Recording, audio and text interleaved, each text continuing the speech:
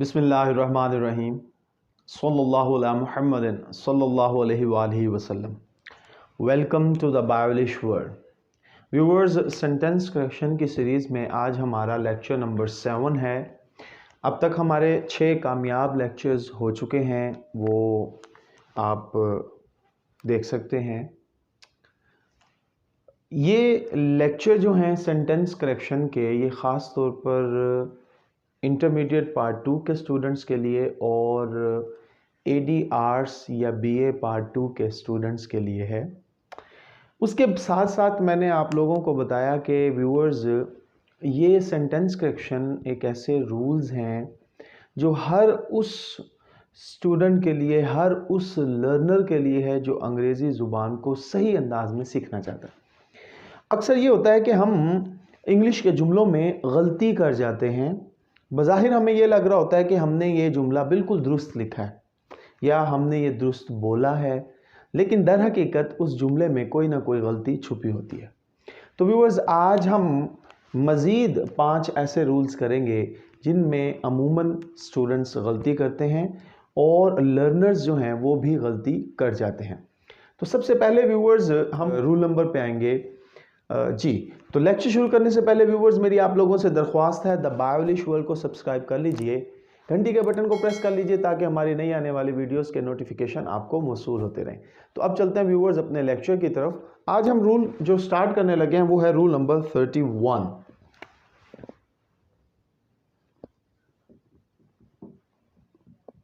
जी viewers, rule number 31 में हम लोगों ने देखना है लफ्ज पेन।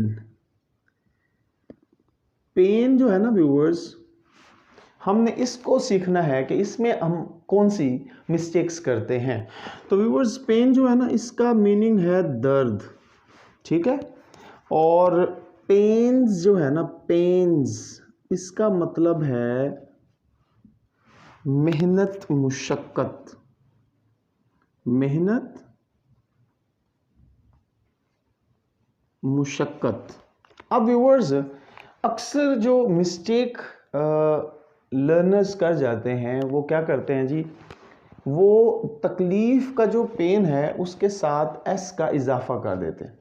तो ज़हन में रखें व्यूअर्स, पेन के साथ एस का इजाफा सिर्फ और सिर्फ उस मीनिंग में आएगा जब उसका मतलब मेहनत, मुशक्कत होगा, लेकिन जब उसका मतलब दर्द होगा तो व्यूअर्स इसके साथ एस का इजाफा नहीं होगा। For example, I have got a pain in my back। जी व्यूअर्स, अब आप देखें, I have got a pain in my back। अब मैंने यहां पर पेन के साथ एस का इजाफा नहीं किया। अच्छा, अब अक्सर स्टूडेंट ये समझते हैं कि यहां पर आ गया तो इसलिए पेन आया। व्यूअर्स, हम पेन के साथ एस का इजाफा कर ही नहीं सकते जब उसका मतलब दर्द हो, यानी कि जब भी जुमले में इस्तेमाल होगा इसके साथ एस का इजाफा नहीं होगा। अब यहाँ पर काबिल गौर बात यह है व्यूअर्स कि एग्जामिनर जो है ना, वो ऐसे स्टेटमेंट देंगे जिसमें पेन जिसका मतलब दर्द होगा उसके साथ एस का इजाफा कर देंगे, और आपने क्या करना है जी, उसे टिक करना है, उसे करेक्ट करना है जिसके साथ एस का इजाफा नहीं होगा। लेकिन पेन के साथ एस का इजाफा कब होगा, जब मेहनत, मुशक्कत इससे मुराद होगी। उसकी एग्जांपल देखते हैं जी। I took great pains to pass the examination। जी व्यूअर्स, मैंने इम्तिहानात पास करने के लिए ढेरों मुशक्कत की, ढेरों मेहनत की। तो यहाँ पर आप देख रहे हैं व्यूअर्स कि मैंने पेन के साथ एस का इजाफा किया है। तो जब फिक्रे में पेन से मुराद दर्द होगा तो उसके साथ एस नहीं आएगा, किसी सूरत में नहीं आएगा, क्योंकि ये व्यूअर्स अनकाउंटेबल नाउन है। क्या है जी व्यूअर्स? अनकाउंटेबल नाउन है, और अनकाउंटेबल नाउन के साथ हम एस और ई एस का इजाफा नहीं करते। तो पेन के साथ पेन्स नहीं होगा। पेन्स का मतलब क्या होता है? मेहनत, मुशक्कत। तो मैं उम्मीद करता हूँ आपको इस रूल की समझ आई होगी। अब हम बढ़ते हैं रूल नंबर 32 पे।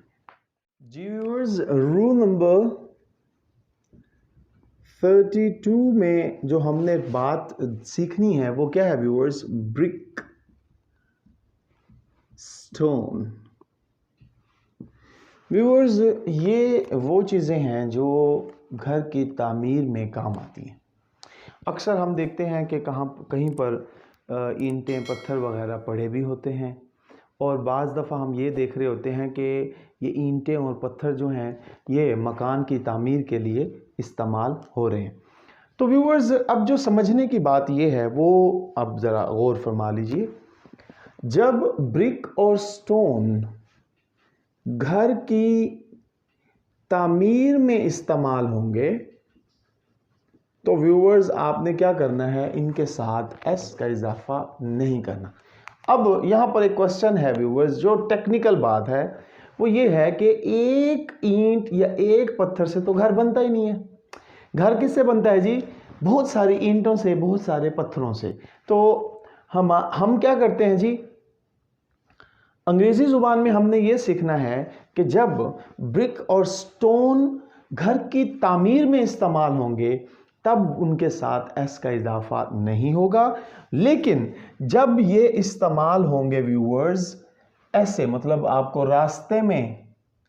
रास्ते में पड़े हुए नजर आए, तब व्यूअर्स हम क्या करेंगे? ब्रिक को ब्रिक्स लिख सकते हैं और स्टोन को स्टोन्स भी लिख सकते हैं। लेकिन जब घर की तामीर में ये इस्तेमाल होंगे तो ब्रिक एक हो या ज़्यादा हो ब्रिक ही रहेगा, स्टोन एक हो ज़्यादा हो स्टोन ही रहेगा। ठीक हो गया? अब इसकी एग्जाम्पल देखते हैं। The house is built of brick and stone। अब व्यूअर्स देखें, घर जो है वो ईंटों और पत्थरों से तामीर किया गया है। ठीक है, उर्दू में तो ये हो गया ईंटों और पत्थरों से, लेकिन व्यूअर्स अंग्रेजी जुबान में घर की तामीर के लिए जब भी ईंट और पत्थर इस्तेमाल होगा वो सिंगुलर यानी विदाउट एस इस्तेमाल होगा। और जब ये रास्ते में हमें पड़े हुए नजर आएंगे तो फिर हम क्या करेंगे? इनके साथ एस का इजाफा करेंगे। उसकी एग्जांपल देख लेते हैं। देखें, he found many stones on the way। तो व्यूअर्स आप देखिए, उसे रास्ते में बहुत सारे पत्थर मिले। अब यहां पर मैंने क्या किया व्यूअर्स? स्टोन्स इस्तेमाल किया, और ऊपर वाले जुमले में मैंने स्टोन और ब्रिक विदाउट एस इस्तेमाल किया था। तो हमने क्या सीखा था कि जब ये घर की तामीर से मुराद होगा तब इसके साथ एस का इजाफा नहीं होगा, लेकिन जब ये ऐसे मतलब रास्ते में पड़े हुए इस्तेमाल हो या फिर इनका इस्तेमाल घर की तामीर के लिए ना हो तो अब आप इसे एस के साथ इजाफा करके लिख सकते हैं। एग्जामिनर जो है इनका ऑपोजिट कर लेगा, आपको ऑपोजिट देगा, यानी कि वो आपको देंगे जी घर की तामीर के साथ ब्रिक्स और स्टोन्स। तो आपको पता होना चाहिए जब घर की तामीर होगी तो ब्रिक और स्टोन आएगा, और रास्ते में पड़े हैं या किसी और जगह पर जहां पर घर की तामीर नहीं होगी व्यूअर्स, वहां पर वो जस्ट ब्रिक और स्टोन देंगे, आपने वहां पर ब्रिक्स और स्टोन करना होगा जी। तो मैं उम्मीद करता हूं आपको इस रूल की भी समझ आ गई होगी। अब बढ़ते हैं नेक्स्ट रूल की तरफ। रूल नंबर है 33।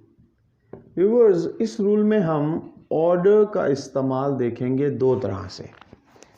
फर्स्ट वन इज, ज़हन में रखें कि अंग्रेज़ी ज़ुबान में ये हमेशा ऑर्डर्स के तौर पर इस्तेमाल होता है। For example, he issued orders for my promotion. तो व्यूअर्स, पहली बात मैंने आपको क्या बताई थी कि ऑर्डर जो है वर्ड, ये हमेशा ऑर्डर्स के तौर पर इस्तेमाल होता है इंग्लिश लैंग्वेज में। तो ऑर्डर नहीं बल्कि ऑर्डर्स, उन्होंने मेरी तरक्की के अहकामात सादिर किए। ठीक हो गया व्यूअर्स। नंबर 2, ऑर्डर के बाद प्रपोजिशन इस्तेमाल नहीं होती। ऑर्डर के बाद प्रपोजिशन इस्तेमाल नहीं होती। For example, he ordered for a glass of milk. तो व्यूअर्स, आप देखें कि मैंने आपको क्या बताया, ऑर्डर के बाद प्रपोजिशन इस्तेमाल नहीं होती। तो ये देखें, ऑर्डर के बाद प्रपोजिशन है, तो इसका क्या मतलब हुआ, ये जुमला गलत है।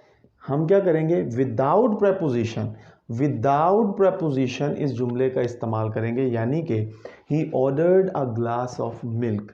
तो आपने इस रूल में व्यूअर्स 2 पॉइंट जहन में रखने हैं कि अंग्रेज़ी ज़ुबान में ऑर्डर ऑर्डर्स के तौर पर इस्तेमाल होता है, जैसे कि he issued orders for my promotion.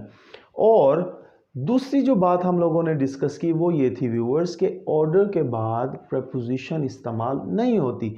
अब क्या होगा व्यूअर्स, एग्जामिनर आपको दोनों यूजेज जो हमने किए हैं अभी, इसमें ऑपोजिट देगा, यानी कि he issued order for my promotion या कोई भी जुमला। तो आपने क्या करना है, जहन में रखना है कि ऑर्डर नहीं ऑर्डर्स। नंबर 2, ऑर्डर के बाद प्रपोजिशन इस्तेमाल नहीं होती। एग्जामिनर आपको क्या करेंगे, ऑर्डर के बाद प्रपोजिशन देंगे, आपने उस प्रपोजिशन को ख़त्म करना है। यानी कि ऐसा जुमला, इंटरमीडिएट वाले स्टूडेंट्स ऐसा जुमला सेलेक्ट करेंगे जिसमें ऑर्डर के बाद प्रपोजिशन नहीं होगी, आप उसे टिक कर देंगे। और ग्रेजुएशन के जो स्टूडेंट्स हैं, एडी आर्ट्स बीए पार्ट 2 के जो स्टूडेंट्स हैं, उन्हें जुमला गलत दिया जाता है, वो उसको दुरुस्त करके लिखते हैं। तो जब वो दुरुस्त करके लिखेंगे तो वो इस चीज़ का जहन में ख्याल रखेंगे कि एक ऑर्डर के साथ ऐसा, नंबर 2, ऑर्डर के बाद प्रपोजिशन इस्तेमाल नहीं होती। तो मैं उम्मीद करता हूँ आपको इस रूल की भी समझ आ गई होगी। अब बढ़ते हैं रूल नंबर 34 पर। जी व्यूअर्स, रूल नंबर 34। अब ये 34 रूल जो है ना, ये थोड़ा सा टेक्निकल है। वो इस तरह व्यूअर्स के साइन और सिग्नेचर का हमने यूज़ देखना है, साइन और सिग्नेचर। अब व्यूअर्स, साइन जो है ये वर्ब है और सिग्नेचर जो है ये नाउन है। अब होता ये है, अक्सर हम गलती करते हैं। फॉर एग्जांपल ये देखें, प्लीज सिग्नेचर हियर। अब ये देखें, इसमें क्या गलती है, प्लीज सिग्नेचर हियर। ठीक है, यहां पर कोई, इस जुमले में कोई वर्ब ही नहीं है। तो जब वर्ब नहीं होगा तो जुमला अधूरा है, जुमला मुकम्मल ही नहीं है विदाउट वर्ब। अब इसमें हमने क्या दुरुस्तगी करनी है, प्लीज सिग्नेचर के बजाय हम क्या करेंगे, साइन हियर। अब ये दुरुस्त हो गया क्योंकि साइन जो है वो वर्ब है। अब ये चीज़ तो हमें समझ आ गई, लेकिन अक्सर ये होता है कि हम जुमला इस्तेमाल करते हुए एक छोटी सी गलती करते हैं, और वो गलती ये होती है कि फ़िक्रे में 2 मेन वर्ब्स हम इस्तेमाल कर देते हैं। तो जिस तरह एक म्यान में 2 तलवारें नहीं हो सकती, इसी तरह एक जुमले में 2 मेन वर्ब नहीं हो सकते। मेन वर्ब इस तरीके से कि दो यूँ समझ लीजिए, 2 फिनाइट वर्ब नहीं इस्तेमाल हो सकते। अब यहाँ पर देखिए, ये देखिए, पुट द साइन हियर। अब व्यूअर्स देखें इसमें क्या गलती है, इसमें देखें, ये देखें, पुट इज अ वर्ब, ठीक हो गया, और sign is also a verb. अब इसमें दुरुस्तगी क्या करनी है, हमने साइन के बजाय यहां पर नाउन लेकर आना है, put the signature, put the signature here. तो व्यूअर्स अब क्या हो जाएगा, हमारा जुमला दुरुस्त हो जाएगा। तो अब आपने जो रूल समझना है वो क्या है, साइन हमेशा वर्ब है, ये जुमले में एज ए वर्ब इस्तेमाल होता है, और सिग्नेचर नाउन है तो ये फिक्रे में नाउन के तौर पर इस्तेमाल होता है। अब एग्जामिनर आपके साथ क्या करेंगे, वो इस तरह करेंगे कि फिक्रे में ऑलरेडी वर्ब मौजूद होगा, वो एक और वर्ब दे देंगे, आपने उस वर्ब को साइन को सिग्नेचर में तब्दील कर देना है, और फिक्रे के अंदर वो वर्ब देंगे ही नहीं, तब क्या करेंगे आप, सिग्नेचर होगा यानी नाउन होगा, आप उसे चेंज कर देंगे वर्ब में। तो मैं उम्मीद करता हूँ व्यूअर्स आपको इस रूल की भी समझ आई होगी। अब हम बढ़ते हैं लास्ट रूल नंबर 35 पर। जी व्यूअर्स, रूल नंबर 35, अब ये देखिए, मील और मील्स। मील से मुराद एक वक्त में जितना खाना खाया जाए, ठीक है जी, एक वक्त में जितना खाना खाया जाए उसे मील कहते हैं। और मील्स कहते हैं अफराद, खानदान, कुंबे के अफराद, मेंबर्स ऑफ द फैमिली, इनके साथ यानी कि इकट्ठे बैठकर खाना खाना मील्स कहलाता है। एग्जामिनर क्या करेगा व्यूअर्स, वो क्या करेगा जी, एक वक्त के खाने के लिए मील्स लिख देगा, और अगर इकट्ठे बैठ के खाना मुराद होगा तो वो मील लिख देगा। आपने क्या करना है, आपने ये ज़हन में रखना है कि मील से मुराद एक वक्त में जितना भी खाना खाया जा सके, पकाया जा सके, यानी कि एक वक्त के लिए। और मील्स का मतलब ये होता है कि घर के तमाम अफराद, मेंबर्स ऑफ द फैमिली, इकट्ठे बैठकर खाना खाएं तो वो मील्स कहलाता है। इसकी एग्जांपल्स से इसको सीखते हैं। She cooks a hot meals in the evening। अब देखें, शाम के खाने के लिए उन्होंने क्या किया, खाना पकाया। तो एक वक्त में खाना खाना पकाना जब एक वक्त में हो तो मैंने आपको व्यूअर्स बताया कि वहाँ पर मील्स इस्तेमाल नहीं होगा। मील्स इस्तेमाल होगा जब इकट्ठे बैठ के खाना खाया जाए। तो यहाँ पर गलती जो है वो हमारी जस्ट क्या है कि यहाँ पर मील्स के बजाय मील आएगा। और अब हम आते हैं मील्स कहाँ पर इस्तेमाल होगा। देखें जी, the whole family meets at meals. तो व्यूअर्स, जैसे कि मैंने आपको बताया था कि ये देखें, पूरे ख़ानदान के अफराद जब इकट्ठे बैठकर खाना खाएंगे तो उसके लिए क्या आएगा, मील्स आएगा। तो ये जुमला दुरुस्त है। लेकिन ऊपर वाले जुमले में मील्स का कंसेप्ट इसलिए गलत था कि जब एक वक्त का खाना पकाया खाया कुछ भी एक वक्त का, तो उसके लिए हम क्या करते हैं, मील्स नहीं बल्कि मील इस्तेमाल करते हैं। तो मैं उम्मीद करता हूँ व्यूअर्स आपको इस रूल की भी समझ आई होगी। जी व्यूअर्स, अगर किसी भी किस्म का क्वेश्चन हो इन रूल्स के रिगार्डिंग तो प्लीज़ कमेंट सेक्शन में आप मुझसे पूछ सकते हैं। खुश रहें, खुशियाँ बांटें, अपना ख्याल रखें, पाकिस्तान का ख्याल रखें।